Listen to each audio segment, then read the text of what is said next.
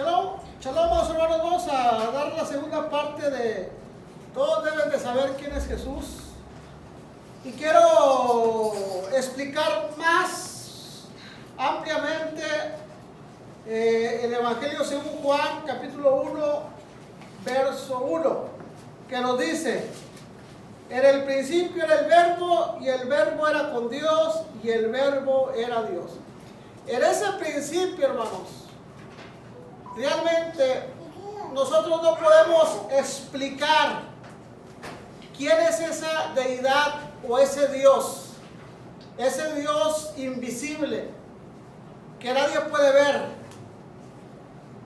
Porque en este verso yo me puedo aferrar a dos cosas. Me puedo aferrar a que el verbo es uno y Dios es otro. O me puedo aferrar que el verbo y Dios es uno mismo. Les explico. Dice, en el principio era el verbo. Allí está hablando de un personaje, del verbo. Ese era en el principio. Y el verbo era con Dios. Allí yo me puedo aferrar a ver dos personajes, el verbo y Dios. No dice que el verbo era Dios, dice que, perdón, no dice que aquí, otra vez, en el principio era el verbo. Y el verbo era con Dios. No dice que era Dios, sino era con Dios. Uno es el verbo y ese verbo estaba con otro personaje. Ese verbo estaba con Dios. Aquí vemos dos personajes. Pero al terminar dice, y el verbo era Dios. Aquí yo me puedo aferrar, es el mismo. Aunque en el principio diga que estaba con Dios, al final dice que el verbo era Dios, uno mismo. Entonces, hermanos, las personas se pueden aferrar a su forma de razonar, de pensar o a su ideología. Pero yo les digo, hermanos, que ese Dios que estaba en el cielo, ese Dios que bajó al monte Sinaí, hermanos, que no se miraba, que solamente, hermanos, el Sinaí ardía, y que el Señor les dijo, tengan cuidado de usar una imagen para hacer algún Dios, porque ustedes nunca vieron una imagen. No vieron imagen de hombre, no vieron imagen de pez, ni de ave, para que hagan un Dios de una imagen. Ustedes en el monte de Sinaí no vieron ninguna imagen. Entonces, ese Dios, hermano, realmente no lo podemos comprender, no lo podemos explicar, porque nunca lo hemos visto, y no podemos explicar lo que nunca hemos visto. Ahora, dejando un poquito este punto, hermanos, vamos a iniciar en Apocalipsis 22:3 para ver, hermanos, en este mensaje quién es Jesús. Esto es lo que a nosotros nos debe de importar, porque dice que el Señor envió a su Hijo y dice que se nos dio un nombre que es sobre todo nombre, para salvación. Entonces, esto es algo tan importante y que nosotros debemos de saber quién es Jesús, porque Él es nuestra salvación. Él es el camino, la verdad y la vida, y eso es lo que nosotros tenemos que estar 100% seguros de saber, hermanos, quién es Jesús, no a medias. Es como los que estudian medicina. Hay quienes tal vez simplemente por el dinero, por el prestigio lo harán, pero hay quienes tienen vocación y se meten a detalle en el área que a ellos les gusta, sea la pediatría, sea cualquier otra área de la medicina, hermanos, se meten a profundidad a entender esa materia o esa ciencia. Así, hermanos, nosotros, la escritura es muy amplia. La escritura, amados hermanos, tiene mucho conocimiento, tiene muchas áreas que estudiar y que analizar. Ciertamente, hermanos, la palabra del Señor no es un libro de historia, pero trae mucha historia. Ciertamente la palabra del Señor no es un libro de cronológico, pero trae mucha cronología. Ciertamente las Sagradas Escrituras no son un libro poético, pero trae mucha poesía.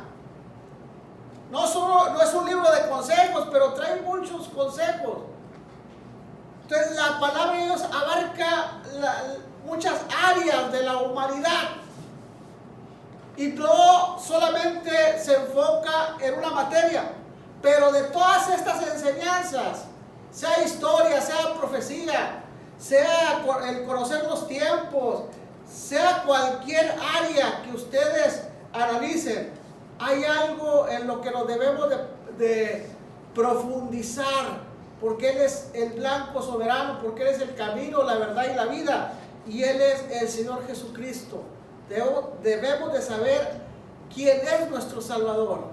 Todo lo más amplio y profundo que nosotros podamos, debemos de conocer quién es nuestro Señor, más que cualquier otra, más que cualquier profecía, más que cualquier revelación. La revelación más importante es quién es el Señor Jesús. Por eso el tema se titula Todos deben de saber quién es Jesús. Dice el 22:3: en medio de la calle de la ciudad y a uno del otro lado del río estaba el árbol de la vida. No, en el 22:1, yo estoy en el verso 2, en el verso 1. Después me mostró un río limpio de agua de vida, resplandeciente como cristal, que salía del trono de Dios y del Cordero. Esa es una de las áreas que nosotros debemos de conocer del Señor Jesús. Él es el Cordero. Pablo dijo: Cristo, que es nuestra Pascua, o sea, que es el Cordero, ya fue sacrificado por nosotros. Y esto es lo que debemos de conocer del Señor Jesús. Dice: el Cordero que fue inmolado antes de la fundación del mundo. ¿Para qué fue inmolado? ¿Para qué fue sacrificado? Antes que el mundo fuese, antes que, hermanos, la humanidad existiese, antes que el pecado llegara a esta tierra, un Cordero ya había sido sacrificado por nuestros pecados. ¿Cómo es posible eso? ¿Cómo es posible que Dios haya tenido a alguien preparado antes de que las cosas se comenzaran a formar? Pues el Señor, hermanos, tiene una sabiduría tan grande, como lo expresa el apóstol Pablo: oh, profundidades de las riquezas de la sabiduría de Dios, cuán insondables. No podemos nosotros entender el por qué había un Cordero sacrificado antes, hermanos, de que este globo terráqueo fuese fundado. Es algo que no podemos entender. No podemos meternos a la mente de Dios y explorar la profundidad de la sabiduría de Dios. La mente del Señor es un abismo. Abismo significa profundidad. La mente de Dios es un abismo profundo, el cual no puedes explorar. Si el universo no lo podemos explorar, hermanos, imagínense la mente de aquel que hizo todo el universo, todos los planetas, todo lo que existe, todo lo que se ve y todo lo que no se ve. ¿Cómo explorar su mente? ¿Cómo entender su mente? ¿Cómo entender su sabiduría? Pero aquí, hermanos, nos habla de un Cordero. De un Cordero, hermanos, el cual somos redimidos en su sangre. De un Cordero que fue entregado en expiación por nuestros pecados. De un Cordero el cual llevó nuestros pecados en su cuerpo. Y en Él fue depositado todo el pecado del mundo. Todo pecado, no importa el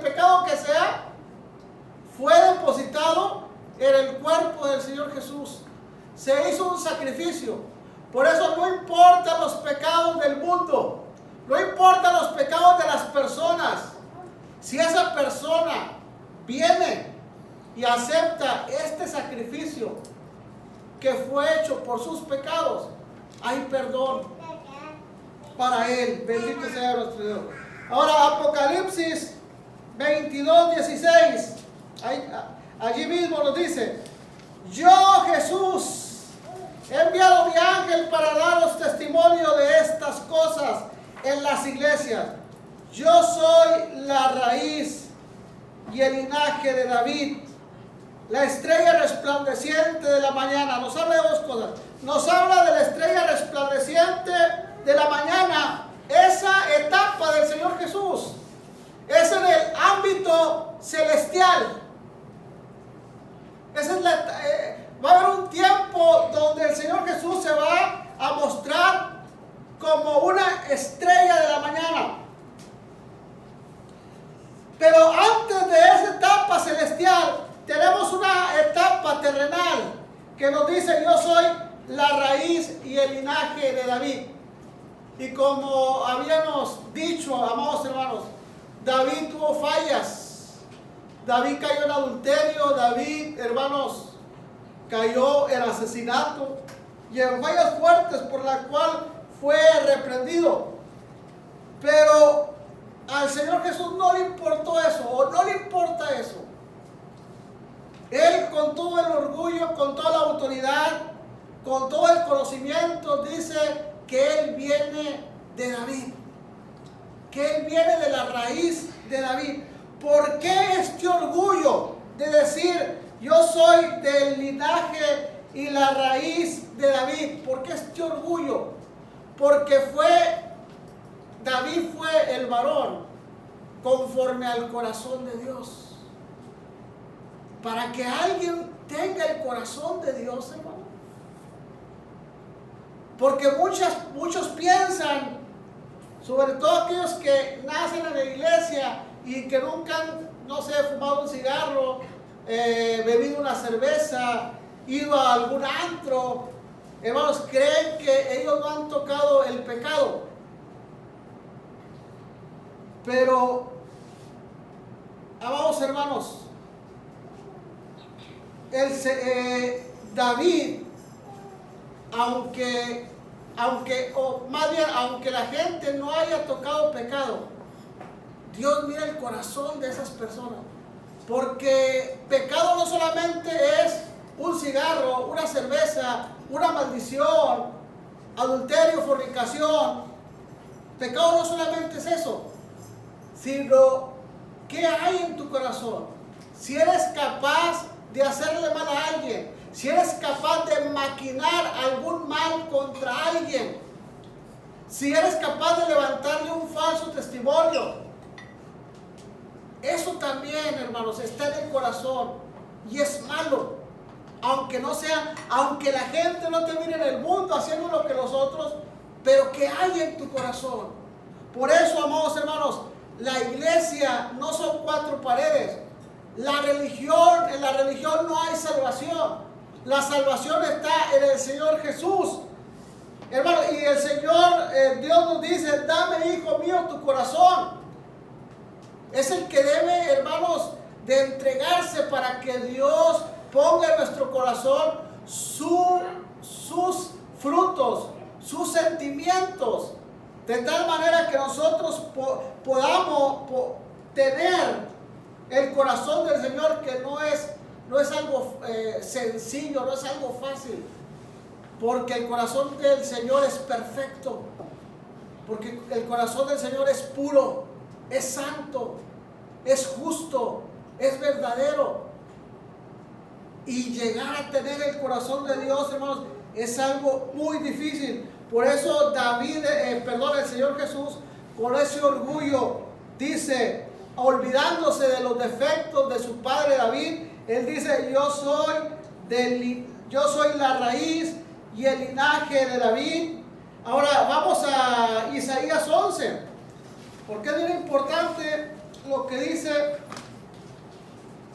Isaías 11, hablando de la raíz, del linaje de David. Isaías 11 nos dice algo bien importante. Por eso el Señor Jesús lo dice con tanta autoridad, hermanos. ¿Qué dice Isaías 11:1? Saldrá una vara del tronco de Isaí. E Isaí es el papá de David. Y un vástago retoñará de sus raíces. Por eso dice, yo soy la raíz de David. Aunque aquí nos esté hablando de Isaí, Isaí es el padre de David. Dice, saldrá una vara del tronco de Isaí y un vástago retoñará de sus raíces. Por eso el Señor Jesús dice, yo soy la raíz de David. Por esto, hermanos, esta es la autoridad con la que el Señor Jesús habla. Y esto es lo que lo llena de orgullo. Ya no tanto el error de su padre, sino lo que Dios depositó en él por ser de la raíz de David. Y reposará sobre él el espíritu de Jehová, espíritu de sabiduría y de inteligencia, espíritu de consejo y de poder, espíritu de conocimiento y de temor de Jehová. Amados hermanos, todos tenemos errores. Cada hermanita tiene su error, cada hermanito tiene su error. Todos nosotros como adultos tenemos errores, pero nosotros no debemos de despreciarnos por esos errores o de hacerlo a un lado porque tiene sus errores.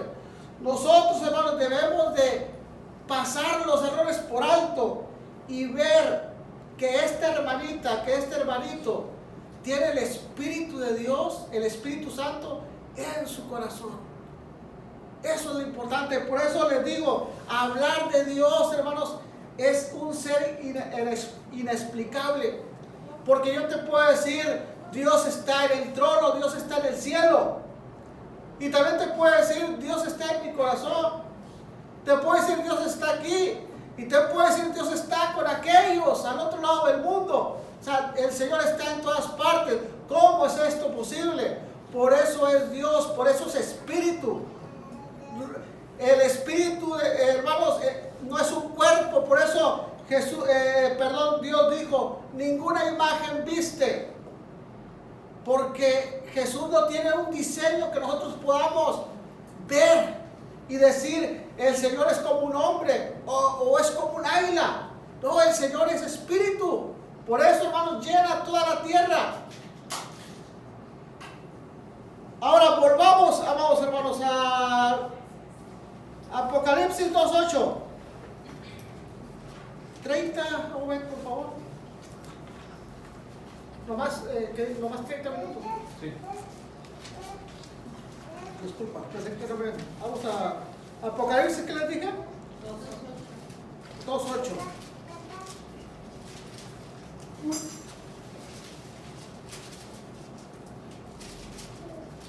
Y nos dice, y escribe al ángel de la iglesia en Esmirna, el primero y el postrero, el que estuvo muerto y vivió, dice esto. Cosas importantes que deben de saber del Señor Jesús. Estuvo muerto y vivió. No hay salvación sin muerte. Si Jesús no hubiera muerto, nosotros no podíamos alcanzar salvación en Él. Él tenía que morir. Tenía que vencer la muerte en su cuerpo para tener el poder, hermanos, sobre la muerte.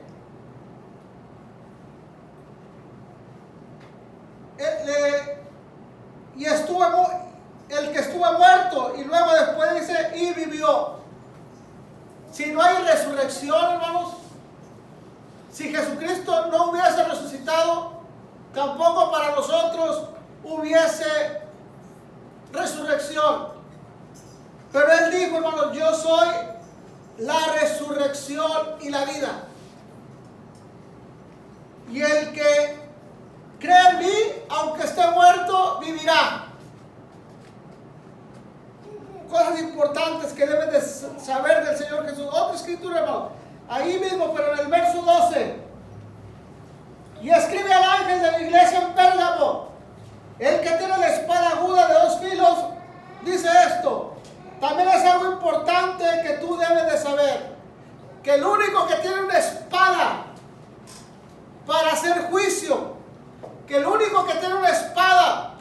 vida y para dar muerte. Se llama Jesucristo. Es el único que tiene la autoridad de decir, apártate de mí, maldito. O decir, venid a mí, benditos de mi Padre. Hoy, hermanos, la gente se quiere poner sobre juez de los demás. A veces nos queremos sentir más santos que los demás, más perfectos que los demás. Nos sentimos a veces con el derecho de juzgar a fulanito y a manganito por sus errores, por sus pecados. Fíjense, días antes, vi a un joven, así como ustedes, un adolescente, faltarle al respeto a un adulto. Se me hizo muy grosero. Dije, bueno, dentro de mí dije, bueno, son familia, allá ellos, ¿verdad? A ellos y sus problemas, pero se me hizo muy irrespetuoso el joven. Y luego después lo vi en un video, hermanos, alabando a Dios y bien centrado alabando al Señor. Y dije, los errores, cuando nosotros le vemos los errores a los hermanos, no deben de nublar nuestro juicio para rechazarlo, para decir, ese joven no tiene temor de Dios. No, sí tiene temor de Dios. Un joven que levanta las manos, hermanos, y cierra sus ojos para alabar a Dios, es porque le nace de corazón. Un jovencito, un adolescente, pero tienen errores, tienen fallas, son hijos y a veces sus padres los desesperan. Pablo mismo dice, no exasperáis a vuestros hijos, no los desesperes, no estés ahí como cuchillito de palo hasta que se harten y te griten o te falten al respeto. Eso lo dice Pablo. O sea, también como adultos, también como padres, debemos de marcar límites. ¿Hasta dónde lo voy a hostigar? ¿O hasta dónde no? ¿Hasta dónde puedo yo regañarlo y hasta dónde no? Entonces las fallas que le ves en los jovencitos no pueden nublar nuestro sentido común, que tienen errores, pero aman al Señor, están tratando de esforzarse, están tratando de buscarlo. Y en los adultos, hermanos, es lo mismo. Me metí a esto porque, ¿qué les dije? Verso 12, ¿verdad? Sí. Porque, dice, y escribe el ángel de la iglesia en Pérgamo, el que tiene la espada aguda de 2 filos, dice esto: el único, hermanos, que tiene esa autoridad para juzgarte y condenarte se llama Jesús. Los demás pueden murmurar, pueden criticar, pueden sentirse mejores que tú, y digan lo que digan, su palabra no tiene poder, su palabra no tiene autoridad, se vuelve chisme. La única palabra que tiene autoridad en la boca de un ministro es la palabra de Dios. Cuando un ministro comienza con los chismes allá, a escondidas, hablando, esa palabra deja de tener autoridad. Esa palabra no va a definir quién es salvo o quién no es salvo, quién es santo o quién es inmundo, quién es perfecto o quién es imperfecto. Esa palabra de esos ministros, vamos a llamarlos chismosos, no definen el único. Por eso es importante saber quién es Jesús y sus virtudes. Y él dice, yo tengo la espada de 2 filos. Yo soy el que tengo la espada de 2 filos. Un día les dijo él, yo no he venido a juzgar, tengo la espada, pero no he venido a juzgar, yo he venido a salvar. Con esa espada, con esa palabra, con esa autoridad, él vino a salvar. Vamos a ir a otra escritura. Apocalipsis 2:18, vamos a verlo. Y escribe al ángel de la iglesia en Tiatira, el Hijo de Dios. Esto es importante. ¿Quién es Jesús? El Hijo de Dios. ¿Qué dijo Pedro? Tú eres el Cristo, el Y aquí volvemos, hermanos, a lo que estábamos viendo en Juan 1:1. No vamos a terminar esto. Volvemos a lo que estamos viendo en Juan 1:1. Ese Dios no lo podemos explicar. No entremos en polémicas, porque cada quien tiene su forma de interpretar, de pensar, su ideología, su punto doctrinal en cuanto a eso. Pero lo que sí tenemos que tener bien claro, hermanos, que Jesús es Hijo de Dios. Y lo dice Él con toda la autoridad y con toda la libertad. Verso 18. Y escribe al ángel de la iglesia en Tiatira, el Hijo de Dios.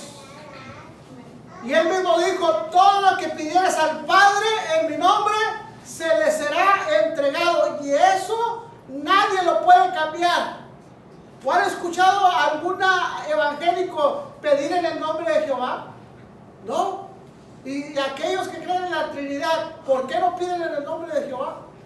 Porque ellos tienen bien claro, hermanos, que Jesús dijo, todo lo que pidieres al Padre en mi nombre, se le será concedido. Y si tú pides en otro nombre, no se te va a ser concedido lo que pides. Y eso lo tenemos que tener bien claro. Jesús es el Hijo de Dios. Y escribe al ángel de la iglesia en Tiatira, el Hijo de Dios, el que tiene ojos como llama de fuego y pies semejantes al bronce brullido, dice esto. Vamos a Apocalipsis 3:1 rapidito. Escribe al ángel de la iglesia en Sardis, el que tiene los 7 espíritus de Dios y las 7 estrellas, dice esto. Volvemos, hermanos. La raíz de David. Yo soy la raíz de David. Volvemos a Isaías 11. Que reposará sobre él el Espíritu del Señor. Y aquí lo dice. El que tiene los 7 espíritus de Dios. Hay muchas escrituras, pero quiero terminar. Vamos a terminar, hermanos, en Apocalipsis 5:2. Terminamos en Apocalipsis 5:2. Es una escritura que debemos de leer todos los días, hermanos. Apocalipsis 5. Vamos a ir desde el 1. Es una escritura que les recomiendo leer todos los días. Dice, y vi en la mano derecha del que estaba sentado en el trono un libro escrito por dentro y por fuera, sellado con 7 sellos. Y vi a un ángel fuerte que pregonaba a gran voz, o sea, predicaba, gritaba, voceaba, como lo quieran llamar. Pregonaba a gran voz. Cuando dice que a gran voz, significa a voz en cuello, queriendo que todos se escuchen, que nadie se quede sin escuchar esta palabra, que todos sepan. ¿Cómo se titula el tema? Todos deben de saber quién es Jesús. Que todos sepan, que todos se den cuenta de esto.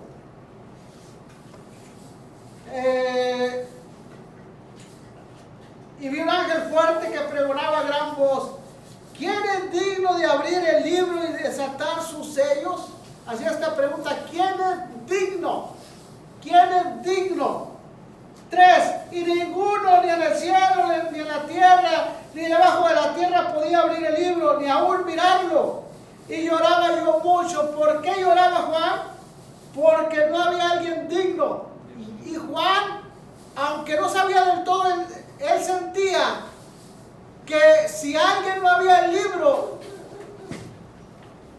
algo bueno no iba a pasar. Juan en su espíritu sentía que si no se encontraba alguien digno de abrir ese libro, no era algo bueno. De hecho, era algo catastrófico. Por eso él lloraba. Muchas cosas se iban a perder. Muchas cosas no se iban a hacer realidad. Por eso él lloraba mucho. Es como alguien sencillo que tiene un proyecto y se da cuenta que si algo no funciona, su proyecto no va a tener el efecto, cualquier proyecto que sea.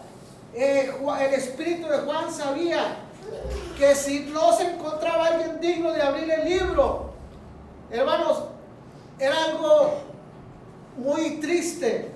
Dice, y lloraba yo mucho porque no se había hallado a ninguno digno de abrir el libro, ni de leerlo, ni de mirarlo. O sea, no había, ni siquiera lo mires, no eres digno. Estás lleno de pecado, estás lleno de maldad, estás reprobado, tus caminos son malos, tú ni siquiera mires. Imagínate, hermano, que llegues a un lugar y esté algo, un objeto ahí, y te quieras acercar a verlo, y que alguien te diga, no lo mires, tú no eres nadie, vete de aquí. Ni siquiera lo mires, no tienes la autoridad moral, ni tienes nada para ver este libro. ¿Cómo te sentirías? Pues así, hermanos, no había alguien digno, ni siquiera de mirar este libro. Había en este libro revelaciones y cosas maravillosas, cosas muy maravillosas, pero no había alguien digno de abrirlo, no había alguien digno de mirarlo, no había alguien digno de saber qué contenía ese libro, ni de decirle al mundo qué contenía ese libro. Y dice el 5, y uno de los ancianos me dijo, no llores, he aquí que el león, él es Jesús, hermanos, he aquí que el león de la tribu de Judá, otra vez lo dice bien claro, la raíz de David, ha vencido para abrir el libro y desatar sus 7 sellos. Bendito sea su nombre para siempre. Vamos a cantarle al Señor. No me traigan los diezmos todavía y las ofrendas.